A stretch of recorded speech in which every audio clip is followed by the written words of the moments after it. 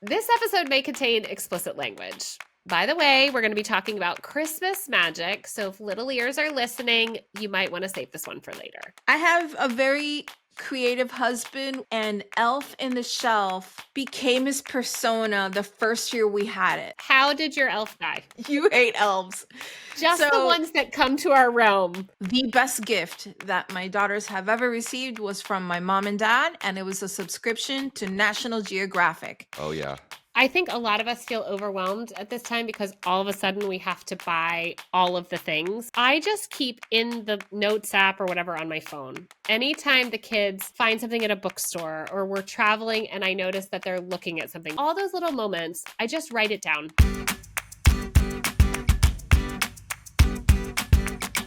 Welcome to Care and Feeding, the show that's as honest and messy as parenting itself. I'm Elizabeth Newcamp. I write the homeschool and family travel blog, Dutch Goose. I'm the mom to Henry, who's 13, Oliver, who's 11, and Teddy, who's 9. And we are currently in Delft, the Netherlands. Hi, I'm Zak Rosen. I make another podcast. It's called Weirdly Helpful. And I'm dad to Noah, who's 8, and Ami, who's 5. We live in Detroit. Hey, I'm Lucy Lopez. I host another podcast as well, Mamacita Rica. I'm mother to Amelia, who's 15, and Avery, who's 12, and we live in Miami. This week, we're talking gifts for all different kinds of kids in your life. Got a reader, a gamer, the outdoorsy type? We'll talk over ideas and dig into the exhausting process of holiday shopping that so many of us are going to be dealing with over the next few weeks. But first, we've got a letter so important, we're talking about it first this week. We've got a listener letter about that little shit stirrer that rears its head this time of year. I'm talking about the elf on the shelf. A parent wants to know how best to end this years-long, exhausting, grueling, terrible tradition. Sorry, I added all those words. We've got thoughts and a lot of comments about that little pointy-eared creature. So stick around. We'll be right back. Welcome back. It's time to answer a listener's question. This one is from Matt. Our daughter is 11 years old. She loves Christmas, always has. One of the things that has made Christmas time special has been the dreaded elf on the shelf, which is something that we were never aware of until about 5 years ago and ended up doing because she was hearing about it from all her friends at school. Anyone who does the elf on the shelf thing knows that starting on December 1st and going until Christmas, the elf gets into new mischief every night, which was fun the first year we did it, but it gets harder every year because we try not to repeat things we've done in the past, and we unfortunately set the bar a bit high the first time around, not realizing what we were getting ourselves into. It's stressful and draining, and there have been multiple nights where we've settled down into bed, nearly drifting off to sleep, where we suddenly realize we didn't move the elf and have to, in our almost asleep days, get creative and find a new thing for the elf to do. Now that she's 11, her belief in Santa Claus is waning. Although we're pretty sure she knows he's not real, but is continuing the charade for not only us, but for herself. It's like we're in a truth standoff. She's never really come out and asked us if he's real, and she still goes along with the elf on the shelf thing, even though we feel like she knows it's us. We kind of want to just tell her so we don't have to go through the 24 nights of pretending this year. But we also feel like she's going to be crushed when she finally knows 100% that it's been us the whole time. It makes us as parents sad to have that little magic of childhood on the verge of going away, you know? But it also seems like it's about time, as 11 seems a bit old to believe in Santa Claus. Honestly, we're less nervous about the Santa reveal than we are about her elf on the shelf, who she's named Sparks, not being the magical being she's thought of all these years. We're really struggling with how to approach all this and would love your advice if possible. We're hoping to figure it out before December 1st this year. Do we just go through the motions this one last time, or do we just rip the Band-Aid off? It's more stressful than it should be, and we would love your input. Thanks, Matt. Oh my gosh. Okay, first of all, are you guys elf on? I know we've talked about this. Can we reminder, Zak, you're obviously not, there's no elf on the shelf at your house. No, I don't know I didn't know what it was. There's no elf on, I have come out publicly as this is one of my least favorite things, which seems like something I could get really into, but my in-laws gave us one and I never let the kids have it. Here's the thing. I have a very creative husband with a very wild imagination, and Elf in the Shelf became his persona the first year we had it. Like, it was his whole thing. It Like, sounds he like was that's where our letter writers are too. and But then what happened? and then I remember I really had to pull the plug on an idea, which was he wanted to get like fishing wire and use a tack and put it to the ceiling, and that they were flying around the Christmas tree. And I had to sit him down and I had to go, first of all, stop. Second of all, these children, it's like they don't need this. They don't need that. And we don't It's need quite a that. commitment. The expectation was already through the roof. Like, I didn't want this anymore. It was terrible. We would fall asleep just like this listener and then wake up in the middle of the night and go, shit, the fucking elf. And then the biggest go-to for like an entire 3 days was we kept forgetting about the elf, and we kept leaving it kind of in the same area but not in the same spot, and we got a lot of questions. And so wait, so basically you're just supposed to move Move it it to a around. different. It's just move like it the around. elf. It's like, okay, so if Yeah. you don't know Elf on the Shelf, the idea is that Santa has like sent this messenger to watch you, to keep an eye on you. But he's mischievous. So he does mischievous things every night. And if you do not know what we are talking about, please go Google it, because there are people out there who are acing this Elf on the Shelf life.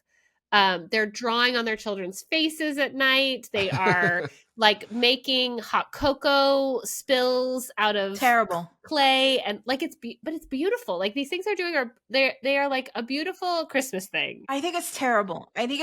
And also, if you're the kind of parent who doesn't have that time to go that extra mile, because you just don't, and you see these videos, it is like you're questioning. You're like, oh my God, am I bringing the magic? Look what this mom did. Oh, you can Should I be never doing compete with the that? online Elf on the Shelf people. I mean, Listen, these this is the people- whole brand of some of this. Like I said, it almost became like Gino's, like, his whole life. And it wasn't until we forgot it a couple of times where I just looked at him like, okay, did you get that out of your system? Because this is insane. Because I had never heard of this, I looked this up. This is a new thing. This is based on a book from like 20 years ago. Yeah, This but isn't I mean, some age-old tradition. This is just a children's book 20 author years has back, now. though, was an entire, like, it's been around my children's entire existence. I mean, I'm happy for this author because that's kind of an amazing reach. But You know what it's messes not- you up, Zach? When you find out that the teacher was doing it too. I'm like, our classroom has an elf on the shelf, and I'm like, what teacher would do that to herself? right, it's like Like, the she's dust enough is to barely worry settled from about. Thanksgiving, and now you're Okay, responsible but for how? 25 So here's the minutes of- problem. Clearly, Lucy, you were in the same place as our author. Okay, yes. So I would like to share what we did. So How Okay. did your elf die? our elf and hasn't what age died. were the kids? Oh, okay. Our elf, Elizabeth. Yeah, First and of how all, old were the children? Elizabeth, please bite your tongue. The elves will never die. So bite your tongue, Miss Thang. Bite your tongue. It's like old people, elves. Oh my God.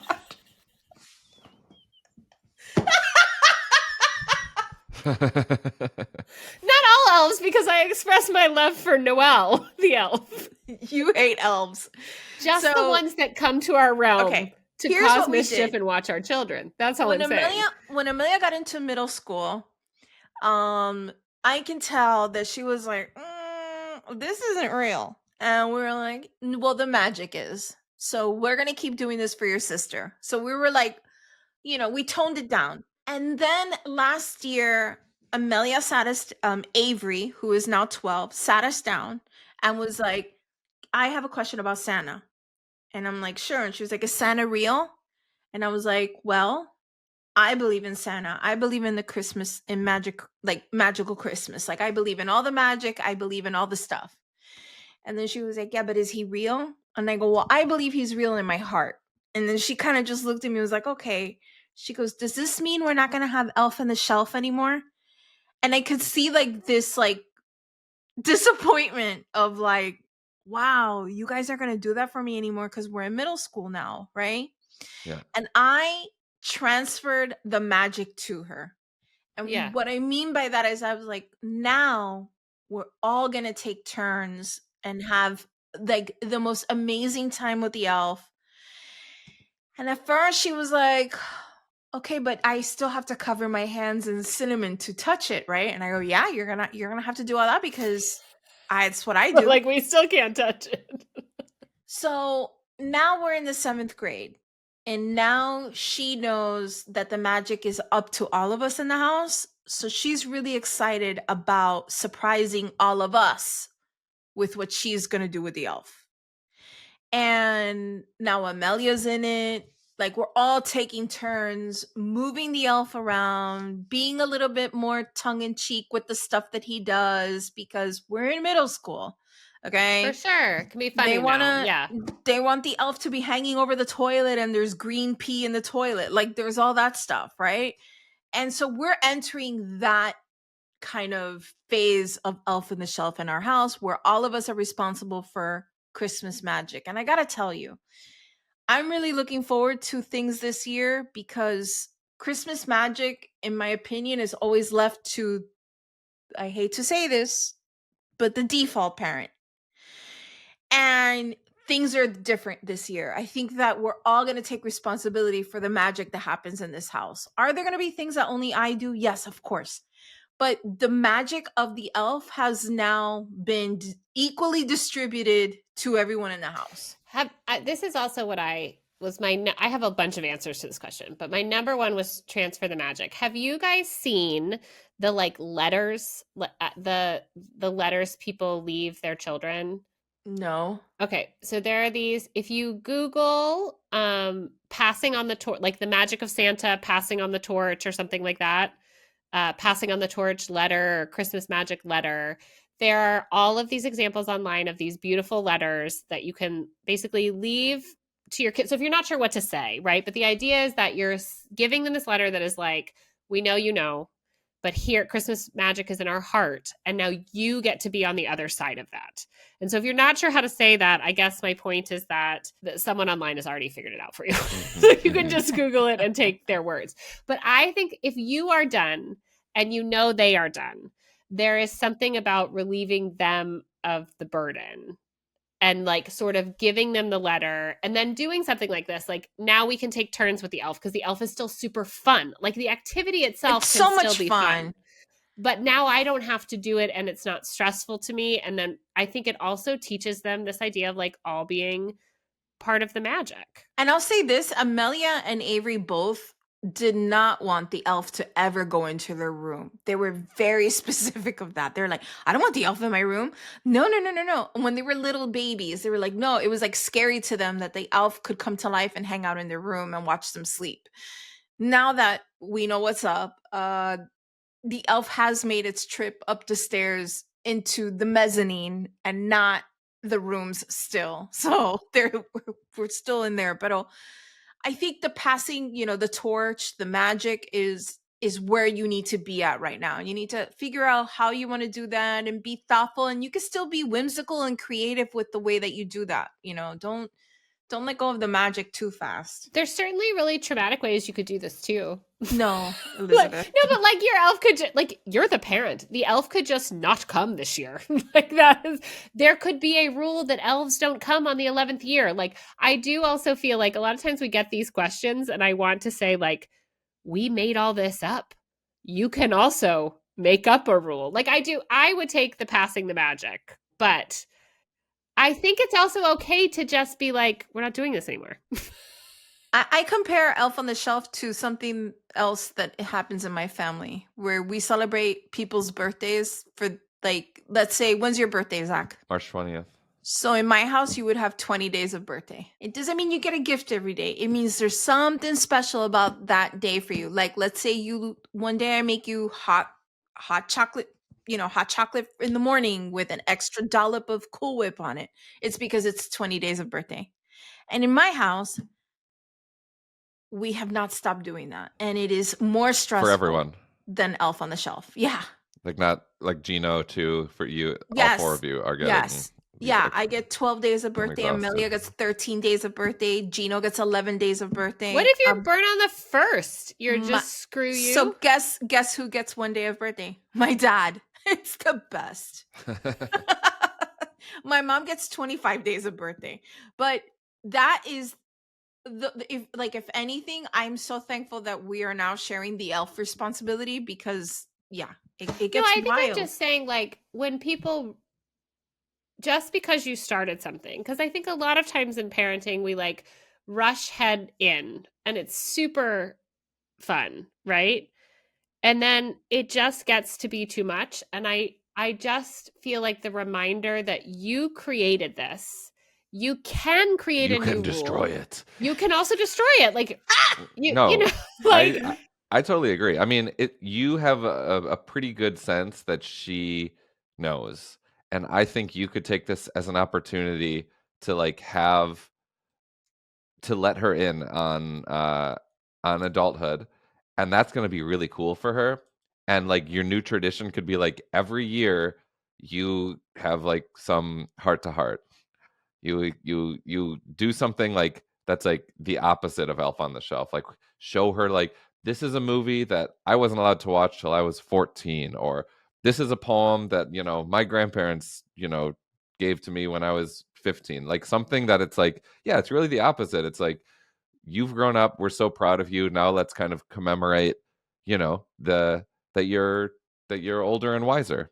And of course, we're still going to celebrate Christmas, blah blah blah. But like, yeah, just you could kind of turn this whole thing around on a dime and do one special thing each year that speaks to their maturity. I do think that that's such a good idea because I think the connection of like what we love about Santa, Elf on the Shelf, these things are these like these fun traditions that we know are coming. Like in a lot of ways, it's us playing with our kids, right? Like it's a way for us to play with them.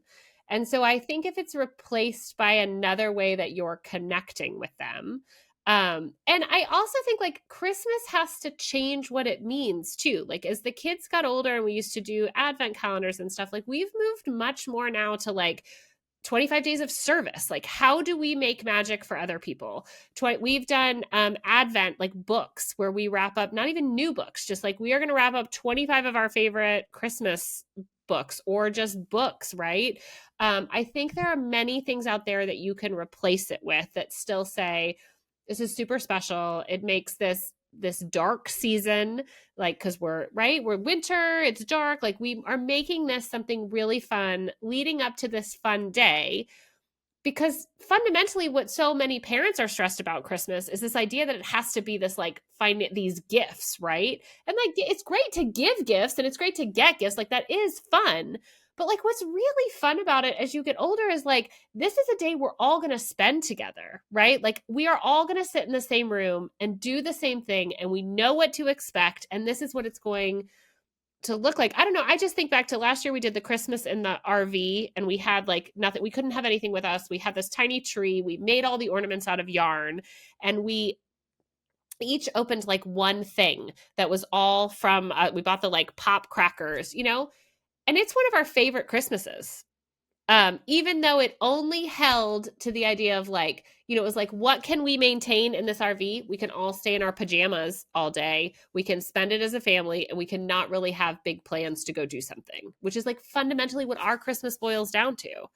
And so I just think it's okay to step away from the commercialization and things and say, I'm not going to do this anymore, but this is what it's going to look like. And all of those, that feeling that you love, that's still going to be there. Quick little Elf on the Shelf story. So we have one of those refrigerators that you open and it's glass. So like you knock and the light turns on and then you open. It's like where most people keep like bottles of wine or something, right? And it was like the first year we had this fridge and I'm like, oh my gosh, this was like made for Elf on the Shelf. And for like, I am not making this up, for like 6 days straight, we would just put the elf in the fridge. And the excuse was, oh, Snoopy Spaghetti-O Snowflake must be missing like the cold weather because it's so hot in Miami. We're going to find him in the fridge a lot. And every day, every morning, they would run downstairs looking, boom, the elf in the fridge, until like day 5. And Avery stood in front of the fridge and looked at the fridge and goes, what are you doing? I mean, I'm expecting you somewhere else. You're always in the fridge. Come on. This is supposed to be fun. Had a full-on conversation with Snoopy Spaghetti-O Snowflake about him just hiding out in the fridge. It was because we kept forgetting. All right. Well, I am sure that our listeners have Elf on the Shelf horror stories. We want to hear them. If your elf died, I want to hear Come it. on. Or like Lucy, did you transfer the magic and you're in a new elf era? We, of course, Yes. also want to hear those stories. You can leave us a voicemail, 646-357-9318, or you can email us, karenfeedingpod@slate.com. We really love getting your stories, so please share with us. We're going to take one more quick break, and then we're going to be back with a bunch of gift talk. Let's be honest, life gets messy, families fight, coworkers overstep, partners do weird stuff in bed. Luckily, Slate's advice columnists have seen it all. Sign up for the free Slate Advice newsletter and get our latest takes on sex, parenting, money, and every moral gray area in between, plus exclusive bonus letters delivered straight to your inbox. Subscribe now at slate.com/advice. All right, welcome back. Let's talk gifts. We got this listener letter. Letter says, I have always hated gift giving because I have a lot of anxiety around decision making. Welcome to the club. Especially when there are too many options. Even if I narrow it down to a category like board games, there are still lots to choose from. And I'll spend way too much time reading description and reviews and then I'm purchasing nothing. Oh my God, you sound like my husband. My husband and I generally don't do gifts for each other because we'll just buy things we want or need throughout the year. Gifting for kids feels even harder because little kid toys often seem silly, dull, a waste of space, or like something they'll play with twice and then forget about it. We also live in an apartment and don't have a lot of storage space. The living room already feels crowded with toys, and my office doubles as a craft Lego room. All that to say, I could use some help with gift ideas. I have 2 kids to shop for. A first grader turning 7 in January. They're into Legos, board games, and science, and who'd I like to wean off of screen time. And a preschooler who is very much into animals, playing pretending to be an animal, especially one that growls, reading, and wrestling with his big brother. I'd appreciate any ideas you could share. Thank you so much. I think a lot of us feel overwhelmed at this time because all of a sudden we have to buy all of the things, or like we feel like we need to find gifts for all these people.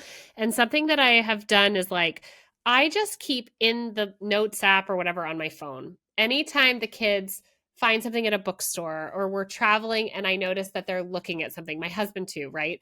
A friend, like if I just, or we did something at the house that they really liked, or we played a game, just like all those little moments, I just write it down. I just keep a big list. I call it, the note is called the gift list. And that way too, when someone asks you like, what can I get them? Or what this, you just have a list of those things. This includes like books that they loved at school, or at least you can start to see some patterns, because I do think when you try to do it all at once, it's kind of a major problem. So that is kind of my big thing, is like, if that's not helpful right now, like it's December.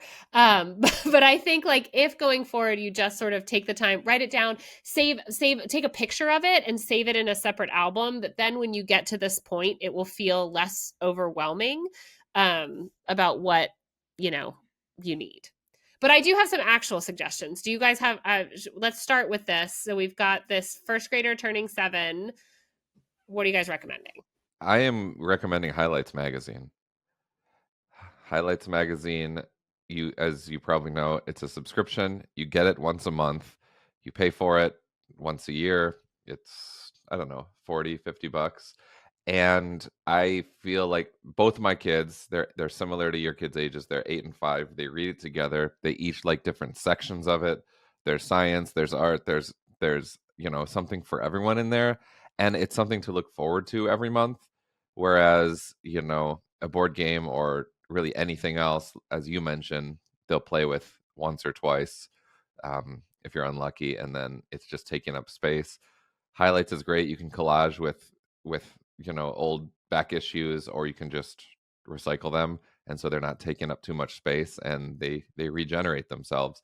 So I think Highlights is kind of great for any kid as a starter. I'd love to piggyback on that suggestion, Zach. I'm, as someone in the future, as in my kids are teens, the best gift that my daughters have ever received was from my mom and dad, and it was a subscription to National Geographic. Oh yeah. And those, till this day, they get their magazine, and it is, I mean, I have teenagers. Well, I have a 12-year-old and a 15-year-old, and they will sit there and read that magazine front to end. And you're probably thinking, well, if they want to know something, they could just Google it. There's something different when they have it in their hands, when they can go through, they can save the page, read it for later. National Geographic subscription, also amazing. You should really try that. And I know there's a suggestion for your 3-year-old. I'm a big fan of like experiences. 3 and 7 is the perfect age for you to inquire about a membership at your local zoo.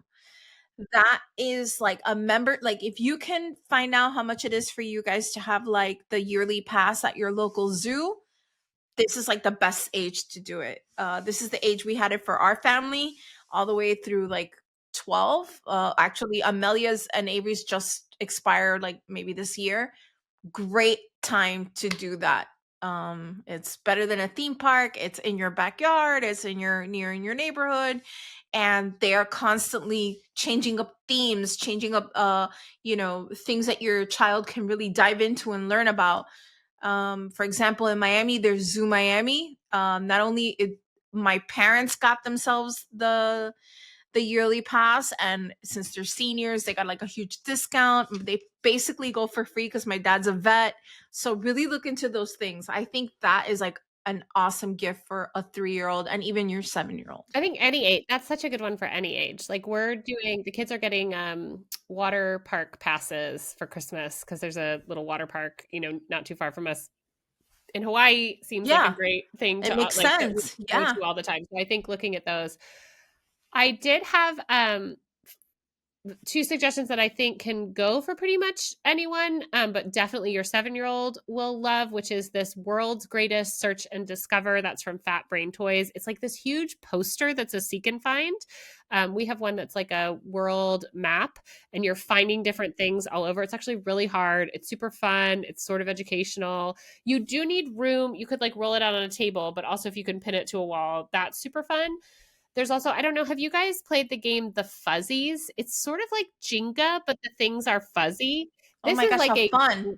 Great game. A bunch of people who wrote in are asking for games. I think this is like a general cloud pleaser, and this is one of the ones that we played somewhere else and loved. I also wanted to recommend for the 3-year-old, but really also anybody would love this, is a microscope, but they make these great ones now that have like the video screen at the top. We would like in our sort of bag that goes out with us normally, like our in the car, I always carry one of these microscopes because I just think kids love looking at things, from their skin to leaves. And so this is a really, I think, if you don't have one of these microscopes, and now with the video screen, it's like they're just so easy. So a microscope, maybe. And then I think at 3, you can like really get a good collection of just like stuff. So I was thinking for this kid that likes to pretend to be animals, like a box of pretend things, like cat ears and a little bell, or like go get a dog toy or a cat toy, like for them to play with. Like I really think you can lean in to those kind of wonderfully weird things that they'll enjoy playing with. So from Facebook, a preschooler with too many grandparents. Both Dad and I have divorced parents who remarried. My kid has 8 grandparents. What a blessing. Embarrassment of riches. That's awesome. They all want to shower him with gifts, and I don't want more stuff in my house. That being said, he's old enough to get excited about gifts and Santa now. What do I let them buy? How do I limit them? Ooh. I think they're the people to ask for these memberships. They tend to be higher priced. You can ask for just one and then ask them to get a toy or something that would go with that membership. Because that's kind of like the gift that keeps giving. Or again, like any of subscription boxes, like I think are great, like Kiwi Co or an art box or this is a great thing to ask a grandparent for that's like willing to do something nice. I don't know. I do think the key is to send a detailed list. Like don't open it up generically. You have to. And this is a great time for the grandparents to step up. I know, oh God, I'm going to get hell for that. And really think about like what experiences they want to have with the preschooler in your life. Like, what Yeah, do you like what want? do you want to do? Like, is the gift Santa wants us to go to Disney, Santa wants us to go to the beach, or something like this is the time to do that. And I think sometimes grandparents feel like it has to be a thing, like that kids don't appreciate, like how can kids appreciate like getting a membership or something. But I really do think our kids understand that that's like super fun and cool, and there's lots of fun ways to make it like something exciting to open up. Bow show. There's a baseball obsessed 12-year-old in particular that they're trying to shop for, and an art obsessed 10-year-old. Do we want to get specific on this Yeah, one? let's get specific. I think for the baseball game, man. Like, I mean, there's all kinds of baseball. Like, of course, do they have a glove? Do they have a like? I'm sure they have all of that. Right. Teddy's really into baseball, and we've been really happy with like the bounce back net in the yard that they can kind of throw to themselves. But honestly, I think I talked about a friend took Teddy to a baseball game when we were in Atlanta, and it was like the greatest day of his life, like a professional baseball game, and just like made it a really fun experience. I think that'd be a great gift. Also, don't sleep on your local high school baseball game. Oh yeah, I this is a mean, great idea. I live in Well, Miami, college, if you and have a college team, they're yes, like might as yes. well be, and minor Don't leagues too, but like I love this idea because they're free. They're probably don't free. don't sleep on those things. Like the local high school team like their baseball team is on fire. The one that the high school that Amelia goes to, and just go. I mean, there's baseball everywhere in Miami. If there's not a domino park, there's a baseball diamond. Just show up. Find out when they play. Between high school, college, and minor league and major league, there is a baseball game within 20 square miles of your house. Absolutely. Well, Figure and that out. sometimes at those like smaller ones, like we used to go at the Air Force Academy all the time, and like the balls would actually go out of the park and the kids could just run around and get the actual baseball. Like they just thought that was the best. Yeah. Oh, that's so fun. Zach, I feel like you're gonna have ideas for this art obsessed 10-year-old. I don't know if this episode's going on YouTube, but I'm about to do a reveal. I've talked about this before, and I just can't say enough things about. Here's the reveal. I'm unzipping my sweatshirt to expose. This is a T-shirt that Noah and I made together. Oh, It's with red acrylic paint, where we got this idea from Andrea Nelson, the Instagram art influencer. You just take a roll of toilet paper and fold it in the shape of a heart, dip it in some paint, and stamp it all over your shirt. I can't tell you how many compliments I get on this shirt every day. And I've gotten so into gussying up my own clothes. I'm now holding up.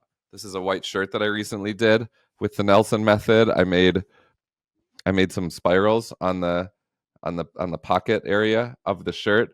My dad, who's like likes fancy things and like is not a DIY guy, he's like, "Oh my god, where did you get that? I love that shirt." And when I told him I made it, he's like, "Will you make one for me?" Aw. My 75-year-old dad. So I mean, this talk about, it's an experience plus an actual art object. You go to the thrift store, or you just go to local department store, get a 10-pack of Hanes shirts, and it's like so fun, and you'll get addicted to it. I love this idea of taking like your traditional, like stepping it up to like something that feels like real art. Like what kids are doing is real art, of course, but like I don't know, there's something like that I think kids like, the idea that you're wearing the shirt she made. I don't know. Yeah, wearable art. I don't know if you guys have seen those light up LED boards, but my kids are like obsessed with them. I don't know what's changed. They're basically like a sheet of glass that sits kind of in or plexiglass that sit in a, but you can write on them with marker and they kind of glow.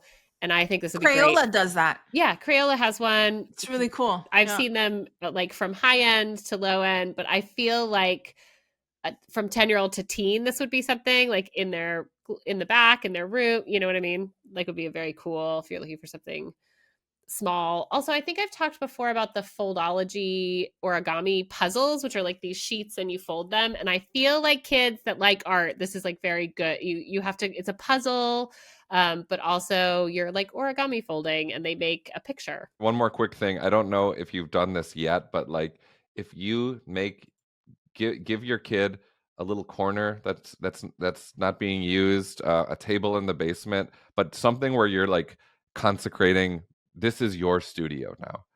It doesn't have to be much, but just like to honor their art and creativity and say, this is where you can come and do your thing. I think that would mean a lot to them too. You don't need a bunch of fancy things. You just need like a surface and some materials, and then like they have their studio, and that will be very special for them. I remember when we first moved into this house, they were like, oh, this is the formal dining room. And I immediately said, no, this will be the room where everything is going to be created. And that's what it is. It's like just an area in our house where those kids, like, there's paint on the walls. There's, dust from spray paint on the floor. It's like, that is their spot. They do homework in there. They make videos in there, all of it.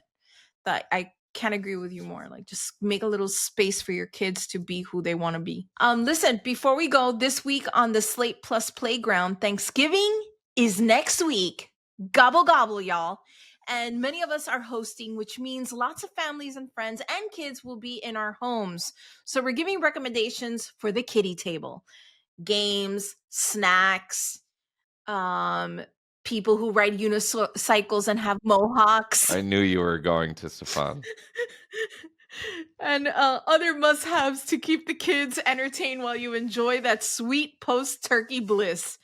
Zach, what are you recommending? It's something that is going to make the adult table more peaceful and serene. Melatonin? Got it. All right. Well, if you're a Slate Plus member, you can join us on the playground right now.